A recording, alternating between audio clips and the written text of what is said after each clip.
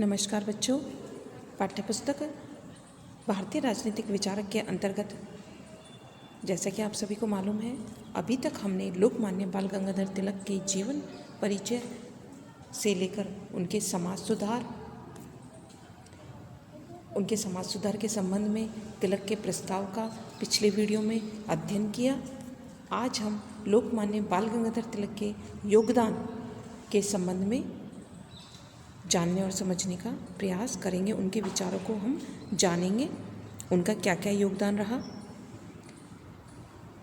भारत के राष्ट्रीय आंदोलन में गांधी युग, जैसा कि आप सभी को मालूम है, 1915 से प्रारंभ हुआ था और गांधी युग प्रारंभ होने से पूर्व के 25 वर्षों में भारत के राष्ट्रीय आंदोलन और राजनीतिक चिंतन में यदि किसी एक व्यक्ति का योगदान रहा है, वह निश्चित रूप से लोकमान्य बाल गंगाधर तिलक का ही है। उनके इस महान योगदान का अध्ययन इस प्रकार है। व्यक्तित्व और चरित्र का आदर्श उदाहरण।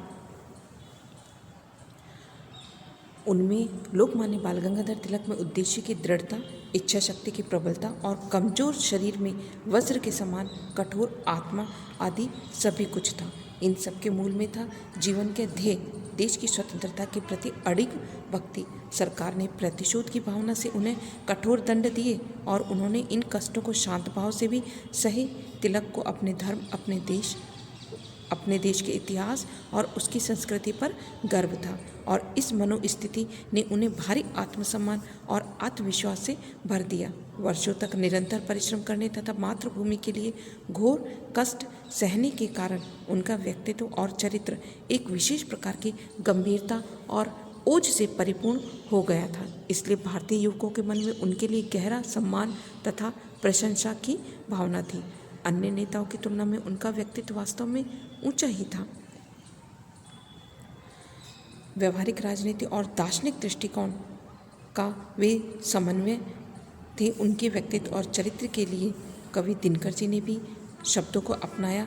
दिशा दीप्त हो उठी प्राप्त कर पुण्य प्रकाश तुम्हारा।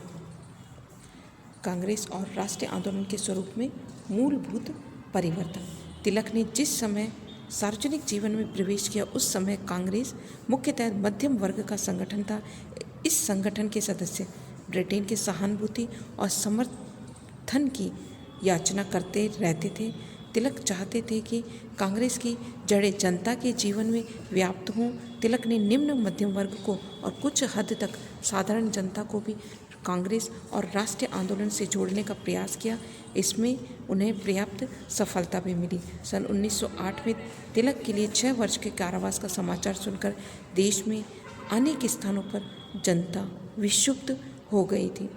तिलक ने याचना की पद्धति के स्थान पर स्वावलंबन का पाठ पढ़ाया और जनता को शांतिपूर्ण जन आंदोलन का मार्ग अपनाने के लिए प्रेरित किया। उन्होंने नारा दिया, स्वराज्य हमारा जन्म सिद्ध अधिकार है, और स्वराज्य प्राप्ति का मार्ग बतलाया। आप विदेशी शासन को अपने पर शासन करने में सहयोग न करने दें। इस प्रकार उन्होंने कांग्रेस और राष्ट्रीय आंदोलन का रूपांतरण कर उसे विदेशी शासन और नौकरशाही के विरुद्ध एक शक्तिशाली मोर्चे में परिणत कर दिया। उन्होंने अपने कार्यों से शक्तिशाली भारत राष्ट्र की नींव का निर्माण किया। राजनीति के प्रति यथार्थवादी दृष्टिकोण। तिलक कोरे आदर्शवादी स्वप्नदर्शी नहीं थे, वरन उनमें राजनीतिक यथार्थता की गहरी सूझबूझ थी।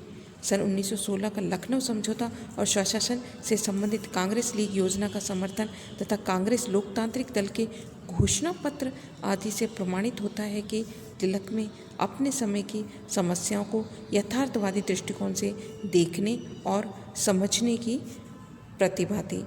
महान लोकतंत्रवादी। तिलक महान लोकतंत्रवादी थे। गांधी जी ने कहा था, लोकतंत्र के सिद्धांत तथा व्यवहार के प्रति तिलक की भक्ति एकदम आश्चर्यजनक थी। तिलक सन 1919 ईस्वी के भारतीय शासन अधिनियम के आधार पर परिषदों में प्रवेश करने के कार्यक्रम को स्वीकार कर चुके थे।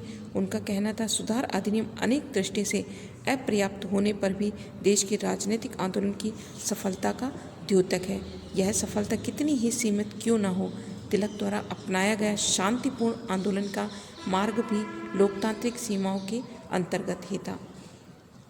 लोकमान्य तिलक अत्यंत उच्च कोटि के दूरदर्शी राजनीतिज्ञ और भारतीय राष्ट्र के महानतम नेता निर्माताओं में से थे।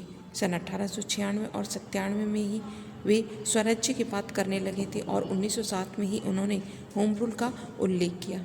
वे हिंदी को भारत की राष्ट्रीय भाषा मानते थे। कांग्रेस लोकतांत्रिक दल के घोषणा पत्र में उन्होंने रेल मार्गों के राष्ट्रीयकरण के सिद्धांत को स्वीकार किया और राजनीति को धर्मनिरपेक्षता के आधार पर खड़ा करने की आवश्यकता बतलाई। उन्होंने भारतीय श्रमिक आंदोलन के राजनीतिक महत्व को स्वीकार करके बुद्धिमानी तथा दूरदर्शिता का परिचय दिया था। सन 1916 के लखनऊ समझौते में मुसलमानों के पृथक प्रतिनिधित्व का प्रस्ताव उन्होंने एक अस्थायी व्यवस्था के रूप में स्वीकार किया था। सामाजिक आर्थिक न्याय के प्रणेता। प्रारंभ में तिलक के राजनीतिक और आर्थिक चिंतन में पूंजीवादी सामंतवादी व्यवस्था का विरोध करने का तत्व नहीं था, लेकिन कुछ सीमा तक तो 1895 से ही और अधिक गहरे रूप में सन 1905 से वे भूमिहीन कृषकों और श्रमिकों की दयनीय स्थिति में सुधार की तीव्र आवश्यकता अनुभव करने लगे। 19वीं सदी के अंतिम वर्षों में अकाल और प्लेग की परिस्थितियों में तथा जीवन पर्यंत जनता के दुख दर्द को उन्होंने अपना दुख दर्द समझा। उनका विश्वास था कि भारत की स्वाधीनता में श्रमिकों की भूमिका हरावल ही रहेगी। वे रूस के श्रमिकों द्वारा सन 1905 से 1907 में की गई आम हड़ताल से प्रेरणा प्राप्त कर श्रमिकों को जागृत कर रहे थे। वस्तुतः वे समाजवाद या साम्यवाद के प्रति नहीं, वरन समाज के सबसे अधिक कमजोर व्यक्तियों के कल्याण के प्रति भी प्रतिबद्ध थे।